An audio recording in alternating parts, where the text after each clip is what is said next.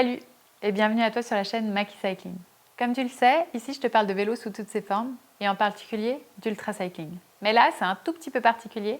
On se fait une série sur ma récupération à la suite de mon accident. Mais d'abord, place à l'intro.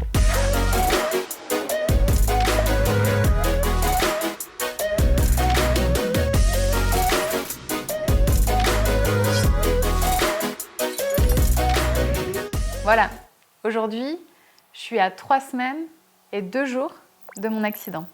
Donc ce que je te propose, c'est qu'on retrace un petit peu les événements depuis mon retour en Suisse. Ok, donc ça fait 3 semaines. Déjà, il a fallu faire pas mal d'examens une fois rentrée en Suisse. C'est vrai que j'ai eu tous les examens nécessaires à l'hôpital, mais malheureusement, ça n'a pas suivi. Ils ont envoyé par la poste toutes les radios, scanners que j'ai pu faire. Et pour vous dire, on est en 3e semaine et je viens de les recevoir à la maison. Donc, premièrement, j'ai dû aller chez mon médecin. Là, on a un petit peu fait le check du tout, que ce soit physique, psychique, et globalement. Là, il m'a proposé de retourner voir mon médecin du sport. Donc moi, je suis suivie par un médecin du sport depuis quelque temps.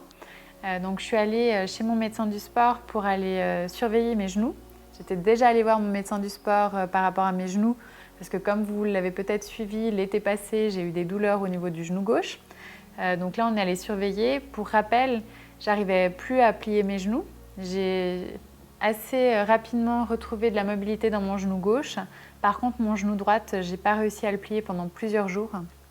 Donc voilà, on a fait des IRM aux 2 genoux pour s'assurer, premièrement qu'il n'y ait pas de fracture, mais les fractures, on était à peu près sûr qu'il n'y en avait pas. Ce qu'on avait peur finalement, c'était qu'il y ait des lésions au niveau des ligaments et par chance, il n'y en avait pas. Donc le compte rendu, c'est que en fait, j'ai des contusions au niveau des genoux. C'est ce qui a fait que j'ai eu beaucoup d'hématomes qui sont encore présents, beaucoup de douleurs qui sont encore présentes en 3e semaine. Et puis ça, c'est dû au fait que mes genoux, ils ont tapé, que ce soit contre le pare-choc, contre mon cadre, contre le sol. Et puis tout ça, ça donne des traumatismes qui vont créer beaucoup d'inflammation. Et ça prend beaucoup de temps à se restaurer. J'ai vu mon physiothérapeute aussi, donc mon kinésithérapeute pour les Français, les Belges du coin et les Françaises évidemment. Donc lui, il m'a indiqué qu'en fait, il fallait jusqu'à 6 semaines pour qu'un corps traumatisé puisse se remettre. Et là, on parle que du physique, bien sûr. Donc ce qu'il m'a expliqué aussi, c'est que là, je peux reprendre le sport, mais très progressivement, et que je dois vraiment faire attention à mes douleurs. Donc moi, j'ai repris le vélo. Je suis montée une fois sur mon home trainer, ça a été très difficile, très douloureux. Ça, je l'ai fait, je pense que ça devait faire 10 jours que j'avais eu mon accident. Tout le monde m'a encouragée à remonter sur le vélo, ne serait-ce que pour drainer justement les inflammations, refaire un petit peu de mouvement. Mais ça a été compliqué, j'ai fait une demi-heure. Et puis quelques jours plus tard, j'ai fait ma première sortie en extérieur. C'était pas très simple, beaucoup de difficultés, mais surtout sur le plan psychique. Mais ça, on va le prendre dans une seconde partie, je vous en parle tout à l'heure. Sinon, au niveau des genoux, donc voilà, là je récupère gentiment. Et ce que mon kinésithérapeute, physiothérapeute m'a conseillé, c'est de faire très attention à la douleur. Donc je ne sais pas si vous avez vécu cela, mais en fait, ce qu'il me propose, c'est de jamais aller au-delà de à peu près 4 sur 10 de douleur. Donc une douleur qui peut être présente, mais qui doit rester supportable. 4 sur 10, ça doit être supportable. Ce n'est pas forcément une douleur où vous vous dites tiens, je vais prendre un paracétamol pour la réduire. Ce n'est pas une douleur qui doit vous empêcher de dormir. Et cette douleur, elle doit diminuer dans les 3 heures qui suivent l'entraînement, voire grand maximum 24 heures. Bon, évidemment, j'ai eu besoin de me tester. Donc, quand j'ai pris mon vélo, c'était quand ? Mercredi de la semaine passée. Je suis montée à 6 sur 10. Après 1 heure de vélo, j'étais à 6 sur 10. J'ai continué encore pendant 1h30 et évidemment, j'ai eu mal pendant 2 jours. Donc là, j'ai clairement défini ma limite. Ma limite, c'était pas plus que 1h30, 2 heures et en tout cas, pas des pentes à 15%. Et puis, voilà. En tout cas, il va falloir y aller progressivement. Aujourd'hui, j'ai repris le yoga. Ça a été assez compliqué. Je m'y attendais pas tout à fait, mais c'est vrai que le yoga, on est beaucoup sur des postures sur les genoux, sur les mains. Je vous disais dans le premier épisode que j'avais aussi pas mal de problèmes au niveau de la main. Donc voilà. Mais néanmoins, je reste assez fière d'avoir pu reprendre le vélo. Là, aujourd'hui, à 4 semaines de l'accident, je compte 4 sorties à vélo, 2 sur le home trainer et 2 dehors, dont une sur la route avec les voitures. Donc voilà, je suis assez fière de moi, mais évidemment, à 5 semaines de la RAF, là, il va falloir commencer à se réveiller un peu parce que sinon, je ne traverserai jamais la France. Sinon, au niveau de la main, je suis assez contente. Là, j'arrive à changer mes vitesses. Bon, j'ai dû reprendre mon vélo de gravel. Mon vélo de gravel, il est tout en mécanique. Je vous disais que j'avais pas de sensation dans ces doigts-là. Donc, aller pousser les vitesses, d'une part, c'est douloureux et d'une autre part, c'est très difficile. Donc, voilà, je me réjouis de pouvoir soit récupérer mon vélo qui est en réparation, soit peut-être d'en acquérir prochainement un pour pouvoir avoir un peu d'électronique et soulager tout ça. Au niveau de la main, j'attends que ça se remette. Je peux l'utiliser. J'arrive presque à plier complètement mon doigt et puis j'attends que mon ongle tombe. Ça va, je m'en sors bien. Mais bon, peut-être que le plus difficile après un accident, c'est la tête. Et du coup, c'est ce qui n'est pas visible. Je vous ai dit, je suis sortie faire du vélo sur la route.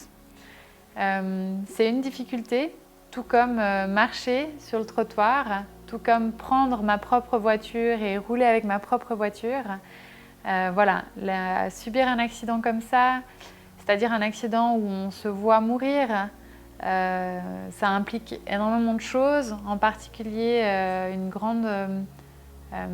grand choc psychique qui a des conséquences et qui peuvent amener à développer un traumatisme sur le long terme. Donc moi, j'ai décidé de le prendre en charge. C'est mon médecin du sport qui m'a grandement conseillé.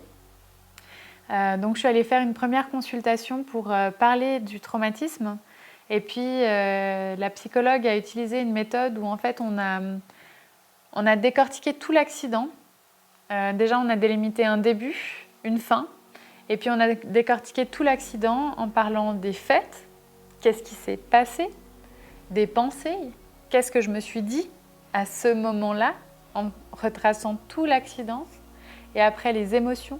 Quelles sont les émotions que j'ai ressenties à chaque partie de l'accident. Et puis on a pu aussi explorer que ce soit les émotions positives, enfin négatives, ça je m'y attendais. Donc j'ai pu aussi légitimer la colère que je pouvais avoir contre ce conducteur. Pourtant j'avais eu beaucoup d'empathie le premier jour.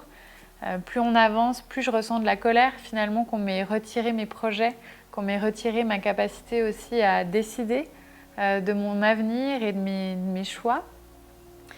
Et puis après, on a aussi parlé de toute la gratitude que je pouvais ressentir.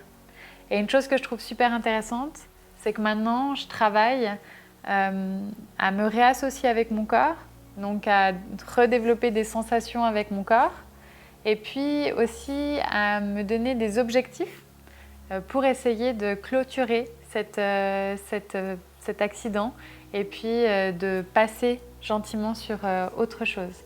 Donc là, je suis en train de me préparer gentiment dans la tête un objectif qui va avoir une valeur particulière, symbolique, pour sceller finalement cet accident et passer à la suite.